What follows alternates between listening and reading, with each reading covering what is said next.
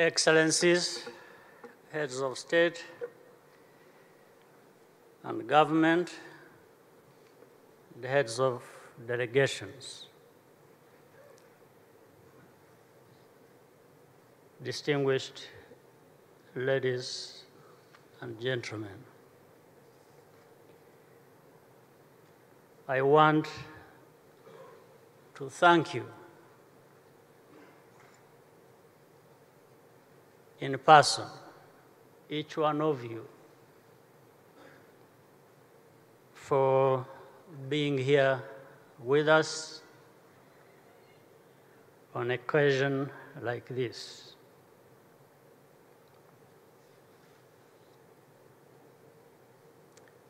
Ndagira ngo mbanze nsabe abanyarwanda badukurikiye hirya no hino mu gihugu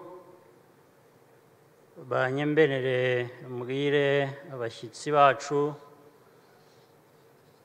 mu ndimi z'amahanga. Abanyarwanda turahorana kandi muri bushobore no kubikurikira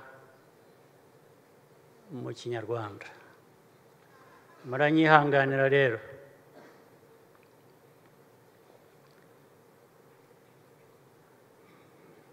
On a day like this, when language fails,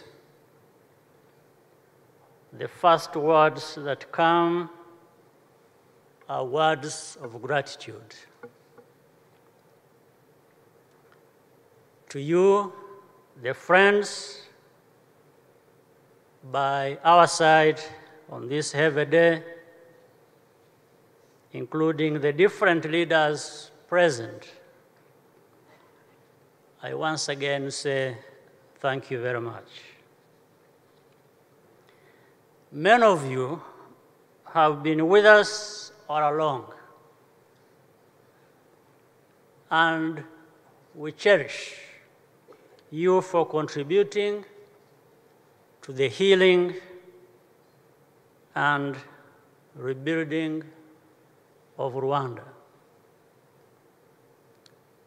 I also thank my fellow Rwandans who joined hands to recreate this country.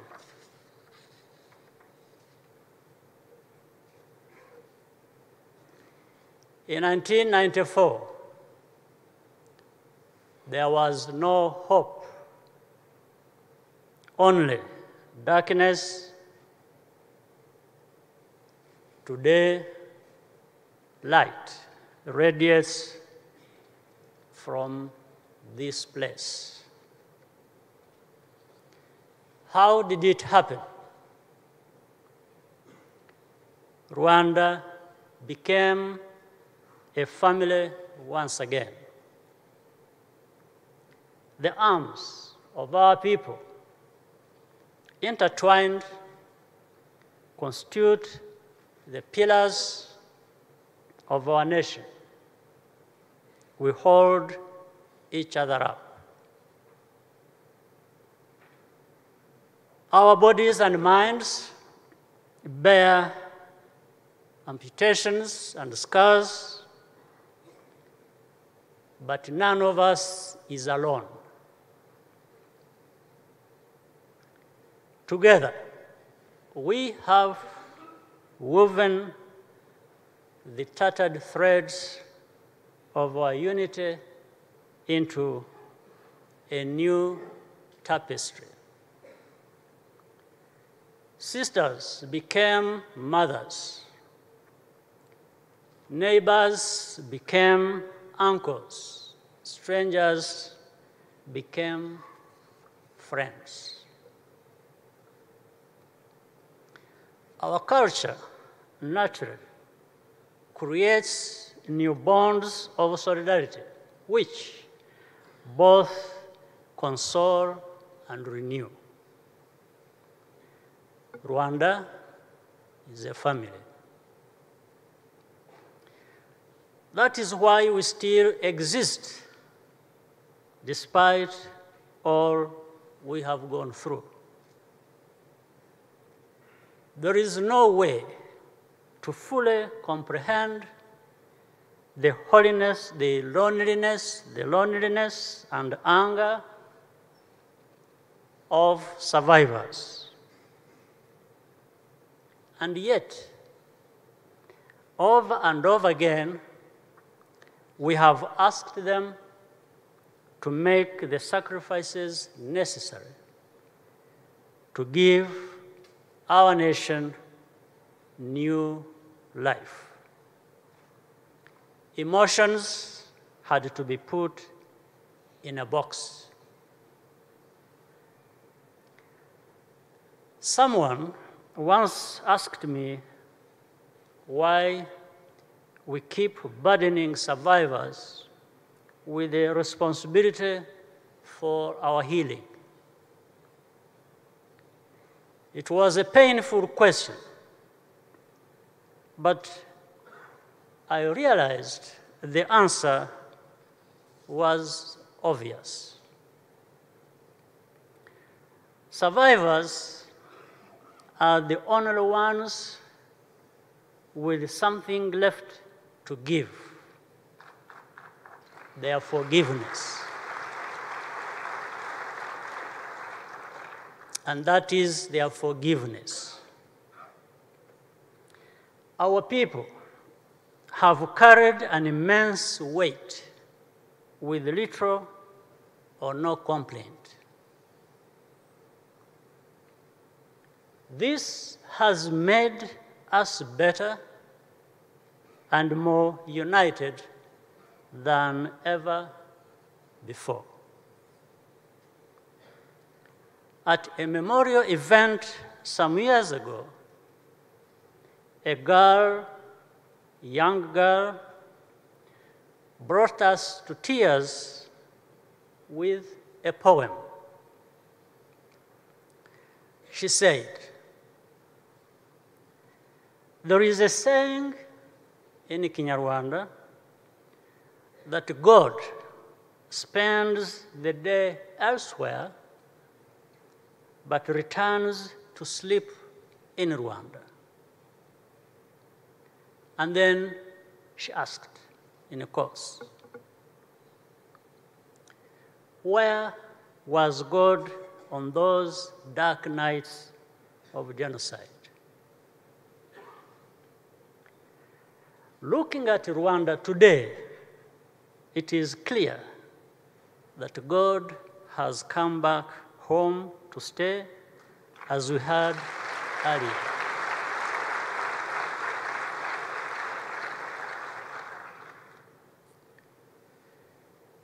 To survivors, we can only say thank you. Your resilience and bravery represent the triumph of the Rwandan character in its purest form. Joining us today are families from other countries whose husbands, fathers, sisters, and aunts were claimed by the same deadly ideology. The Belgian peacekeepers murdered 25 years ago this morning. Captain Mbaye Diagne from Senegal, who saved so many lives. Tonia Locatelli, killed in 1992 for telling the truth of what was to come, among others.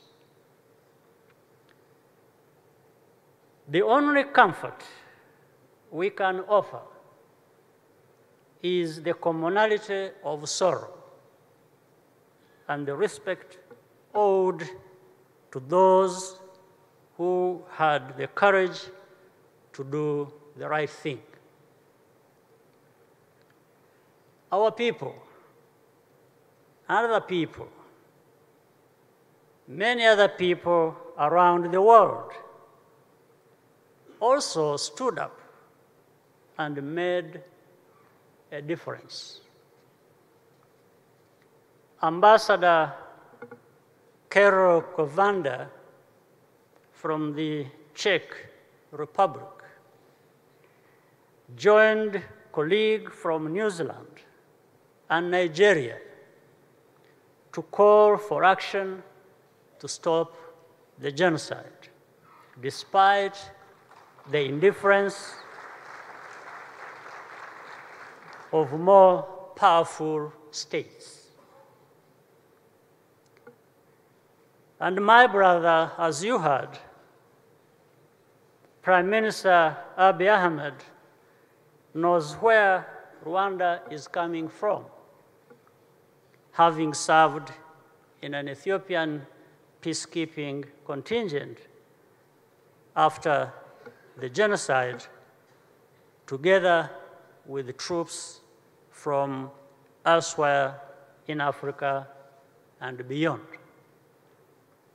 Thank you all for your presence.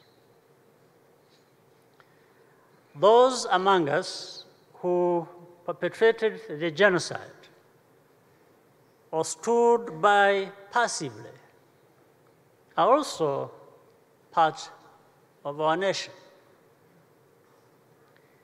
The willingness in a number of cases to tell the truth, pay the price, and rejoin the community is an important contribution.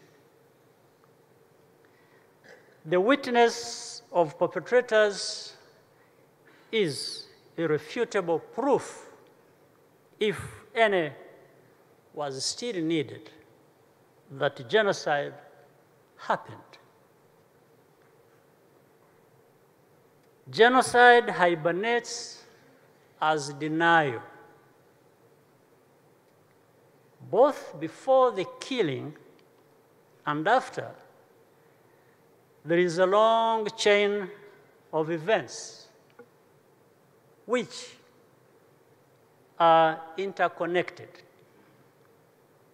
Revisionism is not merely demeaning, but profoundly dangerous.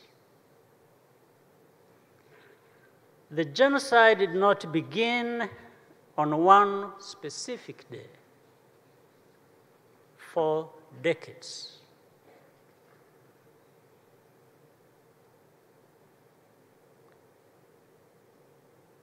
It was a history. Why were the refugees? Why were refugees Rwanda's biggest export for decades? Why were the same people repeatedly targeted for persecution and massacre from the late 50s to the 1990s? Why were bodies dumped into rivers to send them back up the Nile where they supposedly came from? Why did some parents even kill their own children who looked a certain way? None of that started with a plane crash. So where did it come from? Through it all, we had guardians of virtue. Abarinzi b'igihango and other righteous citizens, our rebirth was seeded by their actions. The young girl portrayed in the play we just saw, who took it upon herself to care for a baby survivor despite the objections of her family. That is a true story. And today, both men, both women, as we heard from the play, are home and fine. The Nyanje students who refused to be separated into Hutu on one side, Tutsi on the other, is clear. They never betrayed each other. 6 were killed, 40 were wounded, all are heroes. These are examples of the Rwandans who kept us from losing everything. But most of us are neither survivors nor perpetrators. 3/4 of Rwandans are under the age of 30. Almost 60% were born after the genocide. Our children enjoy the innocence of peace. They know trauma and violence only from stories. Our aspirations rest in this new generation. Mature trees can no longer be molded, but seeds contain endless possibility. Rwanda's young people have everything needed to transform our country. They have the responsibility to take charge more and more and participate fully in securing the Rwanda we want and deserve. We are far better Rwandans than we were. But we can be even better still. We are the last people in the world who should succumb to complacency. The suffering we have endured should be enough to keep our fighting spirit alive. And here let me say one thing, that I hate to say, and we shall, as much as we can, avoid. For those who think our country has not seen enough of a mess, and in the defense of those children you saw and others in this country and our nation, and by the way, we claim no special place, but we have a place to claim.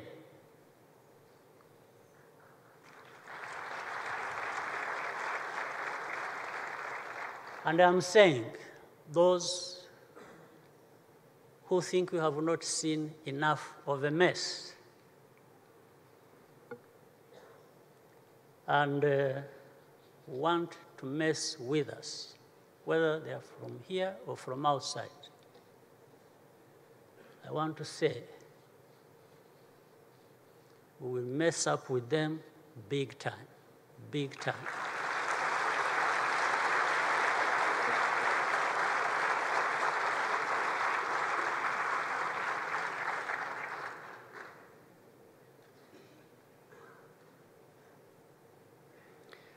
So that's about the fighting spirit that is alive in us. What happened here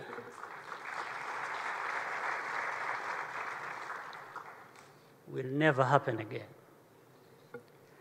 Our country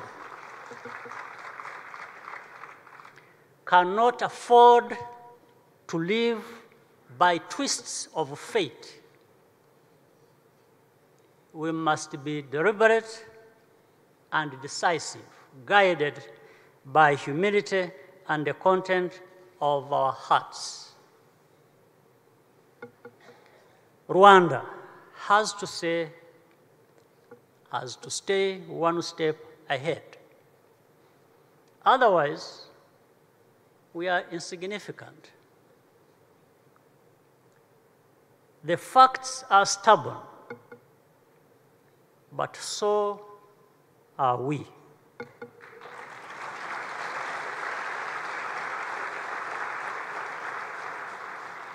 We really have to be.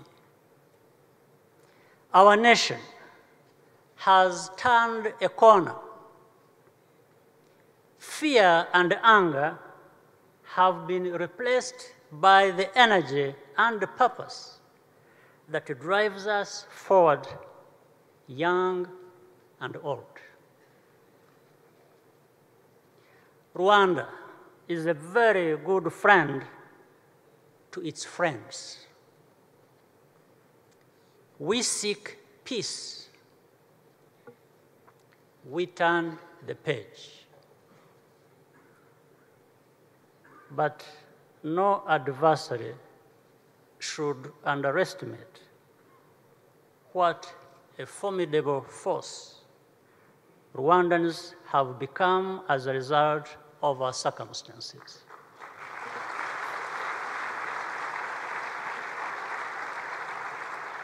Nothing has the power to turn Rwandans against each other ever again.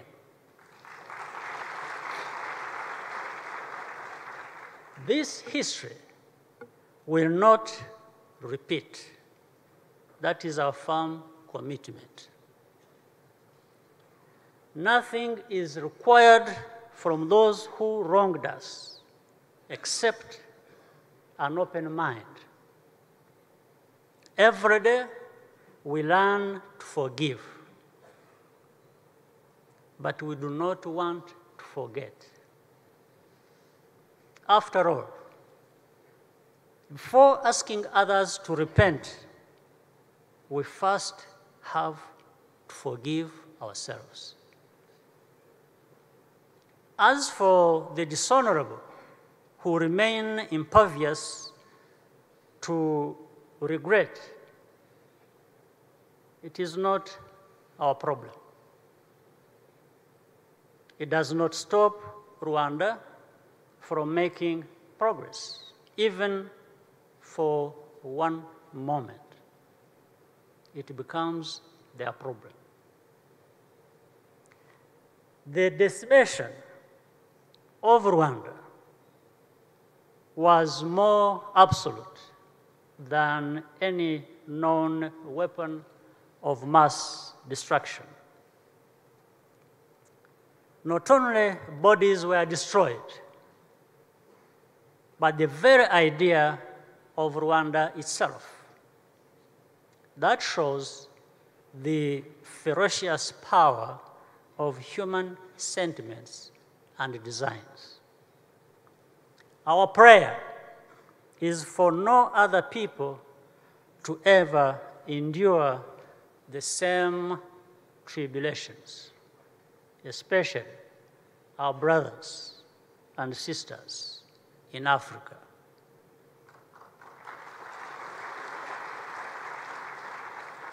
never accept it. Confront the apostles of division and hatred who masquerade as saviors and democrats. Our commonalities are always infinitely greater than our differences. No society is above any other, much less immune to fragility. In the end, the only conclusion to draw from Rwanda's story is profound hope for our world. No community is beyond repair, and the dignity of the people is never fully extinguished. 25 years later, here we are, all of us, wounded and heartbroken, yes, but unvanquished.